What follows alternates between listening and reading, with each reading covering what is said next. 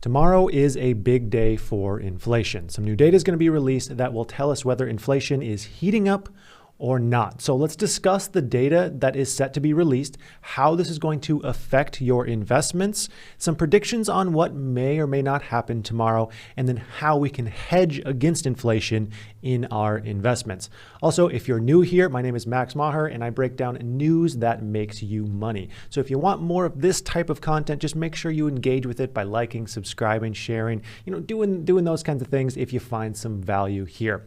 That being said, let's hop into the meat of what is going on. So tomorrow, the Consumer Price Index for June is published. Now, the CPI measures changes in prices consumers pay for products and services on a monthly basis. And then we can compare that across an entire year. And it tells us how much more expensive the things we purchase on a daily basis are getting. Basically, is inflation getting out of control or not? And ultimately, this affects not only the dollar that we hold in our wallet, but our investments as well. So it is extremely important. And this is of particular importance right now because the CPI increased 5% year over year in May, making it the largest increase in almost 13 years, more than a decade. So tomorrow's data is going to help us to tell whether things are getting worse or if this grand monetary experiment that we're in the middle of, just pumping money into the economy, is actually working and not as big of a concern as many people think, many economists. I just know there's a lot of inflation concerns right now. So the Fed has already said, expect higher than normal inflation in the short run, and we are seeing that. Here we can see a little bit of the numbers that the Fed expects us to hit in the coming years. So this was last month, but the central bank last month said it sees inflation rising at an annual rate of 3.4% in 2021, above that 2% goal. They always say they want inflation around 2%. Usually it's actually lower than 2%. And then they see it receding to 2.1% in 2022 and then kind of leveling off after that.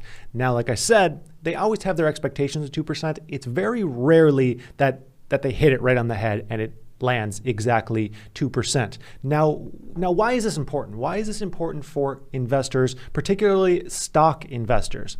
This is because typically with higher inflation, this is a negative for stocks. If we see an especially high CPI tomorrow, we're going to likely see a red day in the market as a reaction to that high inflation, to things getting more expensive relative to our dollar. So why does this happen? And it really comes down to the fact that in a high inflation environment, companies need to spend more money to produce the same amount of goods, which can reduce earnings and of course reduce the value of an investment or reduce stock price because a business simply isn't making quite as much profit. Sure, they can raise prices, but that can reduce sales and cause other long-term effects. So in the short run, this especially can decrease a stock's price.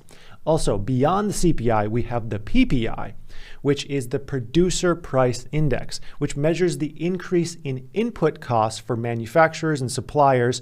And this was up 6.6% in May, even higher than the CPI. So producers are spending even more than the end consumers are in this inflationary environment. And the update for the data on that is released on Wednesday. So Wednesday we'll have even more data, but that's not quite as looked at as the CPI data. Also, if we pull back a little bit and look at our investments a little bit long term, there are even more concerns. So if we see CPI jump tomorrow, the Fed may react by bumping up the timeline to increase interest rates. Right now, interest rates are basically at zero.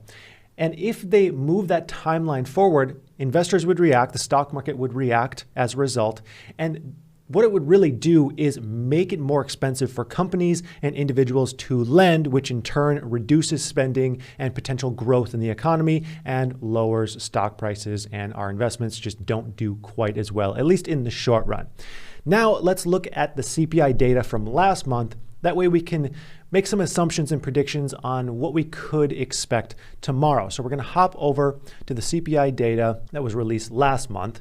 Here we can see over the last 12 months, all of the items increased 5%. That's an average before seasonal adjustment. The seasonal adjustment basically is In some of the data here, they factor in that in certain months, things are inherently more expensive and things are not. So you can see if a particular data point was seasonally adjusted or not. Typically for long-term focuses, the non-seasonal is what's used. If you're looking at short-term increases, typically the seasonal is what is used. Now, last month, what really pulled the inflation, the CPI rate higher was the price for used cars and used trucks. That increased 7.3% in May, and it actually increased 10% on the month before. So that dramatic increase kind of pulled the entire CPI up higher. And here we can see the increase each month in the CPI. Let me zoom in a little bit more. There we go.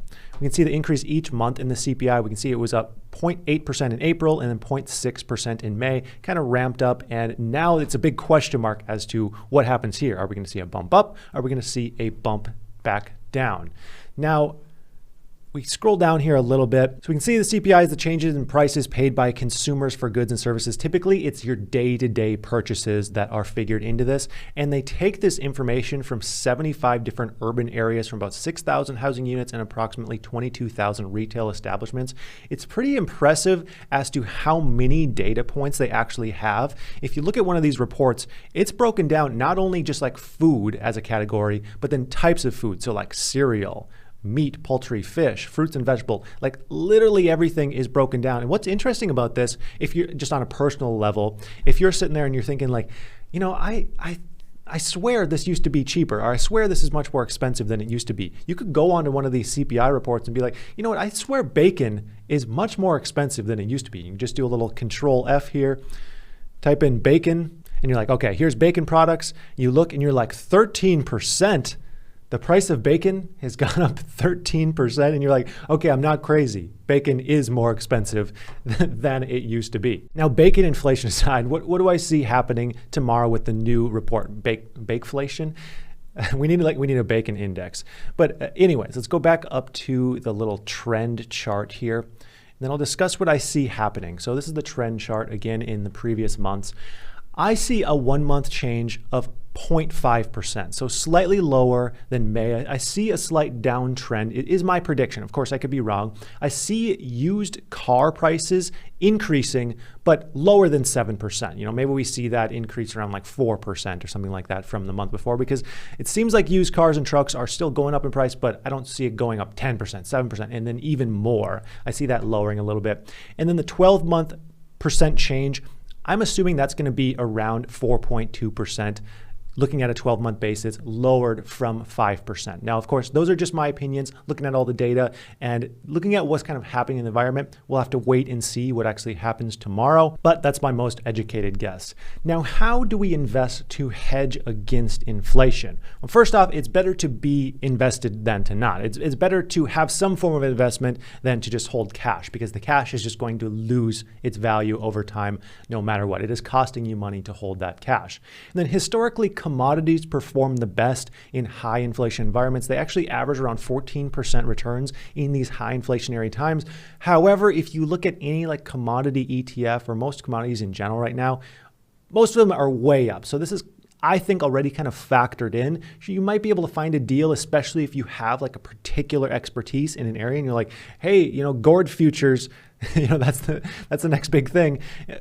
But when I look at these ETFs, I've held out on personally investing so far, because it seems like they've already factored in the fact that, you know, commodities do well in high inflationary times. And then the same goes with real estate. Real estate performs typically pretty well in high inflationary times. However, real estate's pretty expensive right now too. That's not to say that you can't find a deal, but that's not something that you can do before tomorrow either way. Then, of course, if you're trying to be defensive, there's always the Treasury inflation protected securities, but with that, you're looking at a tiny return of around 2%. So the problem is with inflation, there's no amazing way to hedge against inflation. However, we just know it's better to be invested than not. If a company is cash flowing, producing cash on a regular basis, it's going to perform well relative to other investments that aren't producing cash. Something that's producing a ton of cash, even in high inflation, is still going to produce more cash than something that's not. You know, it's as simple as that. So it's better to be invested than not, but maybe hold off and just see what exactly happens with the inflation report tomorrow if you're thinking about making any huge investments. Of course, none of this is investment advice. I'm not a financial advisor, so take everything I say with a grain of salt. So that's going to do it for today. I would like to thank you so much for watching. Check out the various offers linked down below for things like free stocks with Webull. All you have to do is make a $100 deposit, get 2 free stocks. They send me a free stock as a thank you. It's a pretty awesome deal. There's free crypto offers, tons of cool stuff going on down in the description. Thanks again for watching, and I hope you have a profitable day.